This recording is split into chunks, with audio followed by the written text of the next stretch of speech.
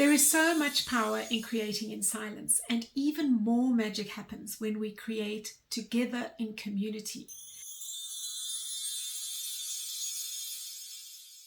And in today's video, I am going to revisit a recent Doodle Playdate that I facilitated here in person, and just share with you some of my musings around why I think this worked and why people left feeling calm, feeling recentered, and wanting to go home and get out their pencil crayons and start coloring in and drawing again, which of course makes my heart very happy. Welcome to Flow Drawing with Brenda. Let's investigate. I'm on a mission. I'm on a quest to change the world one imperfect line at a time. I've hosted many Doodle Playdates. They started in my garden back in 2012 when I invited people round to come and doodle to get calm and to reconnect with their true creativity. And this one that I'll be talking about today is the first in-person Doodle Playdate that I've done in the United States. And it was really magical to be live in person with humans doing this again. In 2020, I took everything online during the pandemic and started running some of them online. People got real aha moments, and what comes out of these Doodle Playdates is the sense of lightness and a sense of being present and a sense of just having lifted a little of the weight off our shoulders. And here's what some of the people said from my Doodle Playdates previously. So let's see. Katrina said, I can express myself, I can lose myself in the moment, I can meditate and calm myself, I can find an answer to something, and I can do it anywhere. I love that I don't have to have something to show for it at the end. And then Tegwin said, I love feeling when to leave a blank and when to fill one in. I love the feeling of flowing with a thought without judging it. This doodling stuff really does teach you more than just doodling. I love that. We should doodle life. It'd be more fun, she says. I agree. And she says, this is a wonderful way to let your mind wander and wonder too. And then Janet says that it brought back memories of doodling repetitive marks as a child, which calmed me. I had forgotten that I used to doodle as a child to keep myself calm. What a lovely rediscovery of your childlike memories that have been forgotten as we grow up. I always begin any program with a check-in with our nervous systems. And then we meet the nervous system where it's at. Through my learnings as a trauma-informed massage therapist and nervous system work that I've learned about and done, I understand the connection between the nervous system and creativity and what happens in our body when we create. And I know it through my own experience as well, drawing and painting as a child, as a toddler, drawing little bugs on a wall, and just through my whole life, turning to cheap scrapbooks in my childhood. I was always found drawing or painting. My mom always said I was not happy unless I had a paintbrush or a pen in my hand as a child. And that just followed me through my life. And now with this learning and understanding, I know what it is I was seeking. I was seeking to feel myself. I was seeking to process my thoughts about the world around me. I was trying to make sense of things. And the process of putting pen to paper or putting a crayon to paper gave my sensory nervous system something it could anchor onto and settle and recalibrate. And so this is where we begin whenever I do anything in my space at Inflow Project. And I know this is true for people who've been through my programs too. In our online Doodle Playdates and our online space, people often report how much calmer they feel, how much more present they feel. And they don't only leave feeling calmer, they also feel more inspired and more connected to their creative joy, which gives them capacity to then go out back to their lives and experience more joy. We're kind of building a muscle for capacity for joy, capacity for creativity, but also capacity for acknowledging and being okay with chaos, with imperfection, with not getting it right, and for acknowledging the power of our own self to create from within. And how are you now? Your nervous system and your, how are you feeling? Feel a lot more uplifted. Okay. In kind of a joyful kind of way. Yeah, feel better. I just got lost. I had to really get out of my mind today Ah. and just help me not think.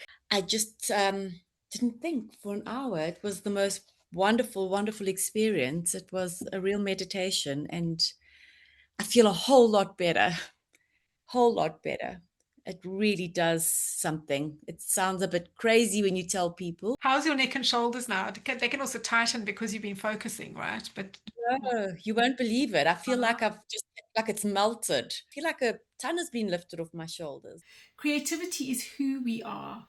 It is not the myth that we've been led to believe that it's something outside of ourselves to be attained, to be achieved, to be followed, or that it belongs to everybody else except ourselves. It belongs to everybody. We're all innately creative. And I know that we'd be healthier as individuals, as communities, as societies, if everybody was tapping into this innate creative potential within us. And that's my mission. That's my quest here, to get everybody drawing, painting, making stuff with their hands every day, tapping into that innate creative wisdom that we have. And it doesn't have to be drawing. It could be gardening, anything that you do, but do it with intention and with heart and with intuition, trusting your innate creativity rather than going outside and asking ChatGPT or AI or a mother-in-law or a teacher to tell you what should I do. Trust yourself. So here we were gathering at the lake to doodle ourselves calm. And when I say calm, what I actually mean is we're going to doodle ourselves present. The truth is our nervous systems like stimulation. They enjoy being activated. We don't want to live in a world that is just calm. It actually isn't good for us. Imagine where it could lead you to. Down to where you don't want to go. So we actually need the variation. Of course, there was a sense of anticipation, a little bit of excitement, maybe nervousness. Often when I ask people in these environments, like, how are you feeling? Check in with yourself. There is a little anxiety. And it comes, I guess, with performance. And especially, A, it's new. B, there's new people. A lot of people came by themselves. And then also, we have been led to believe and fed this myth that creativity is about performance and perfection, and that we have to make it look like something that's acceptable and good and, dare I say, perfect. I began with talking about perfectionism and stating that I am a recovering perfectionist, because I am. And then I asked everybody to see where they were on the scale of perfectionism. A little laugh we had, because, like, are you either stuck in, like, everything must be perfect? Are you recovering perfectionist? Or have you completely learned how to let go, go with the flow, and not expect anything to be perfect?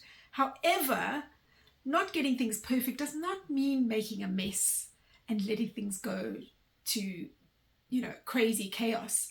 It's about being okay with things being not perfectly right according to your way of what you think should be right. Okay, back to the Doodle Playdate. I took people through a series of short prompts, beginning with scribbling. Because remember, as I said last week, scribbling is a great way to get rid of frustration or excitable and nervous energy. And it was a good starting place where you definitely cannot get it right or wrong. I created a little more agitation, making people move seats. I could see them huffing and puffing and going like, when are we going to settle?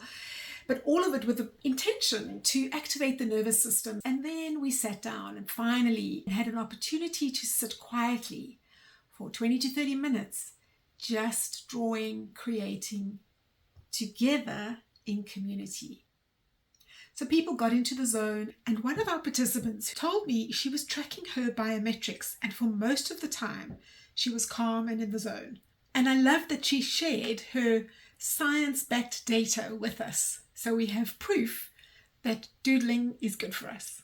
And that's the magic of creating in silence, of being with yourself in a held, safe container. And it's the magic of doing it in community too, because when the majority of people arrive at that calm place, your nervous system regulates alongside theirs. There's an energetic support to it. I think of trees, of mycelium, the way studies show tree networks support each other underground. And it's the same with us. Our nervous systems connect, and we connect with each other, and we start to resonate at that same frequency. and it feels supportive. And as we've brought the nervous system down through the Doodle Playdate, this is now the opportunity where people get to sit and really be with themselves and then aware of what's going on around them without jumping into the other person's space. So we are connecting without words, which I feel is so magical. Many of my online participants have told me how supported they feel across the internet. It's a very weird phenomenon, and yet it also has so much magic in it. Subtle but profound. We're creating in our own space, but we know that there are other people doing the same thing and committing to it and having the shared energy, regulating our own nervous system to a place that feels healthier, more balanced, more present. And so if you want a taste of my free Doodle Playdate, you can find the link down below and you can sign up and I will send you an email with the link to see it. It is called Permission to Doodle. Subscribe below here on the channel so you don't miss any episodes coming up, and keep coming back to the page. All you need is a pen and a piece of paper. It's really simple and it's always available. I will see you next week. Keep doodling and go now and take a line for a walk. A lion, that is, not a lion. And that's another funny story I will share with you in another video. Go doodle. See you next week. And remember to hit the subscribe button here so you don't miss out on next Wednesday on our quest to make the world a better place, one imperfect line at a time. I'll see you then.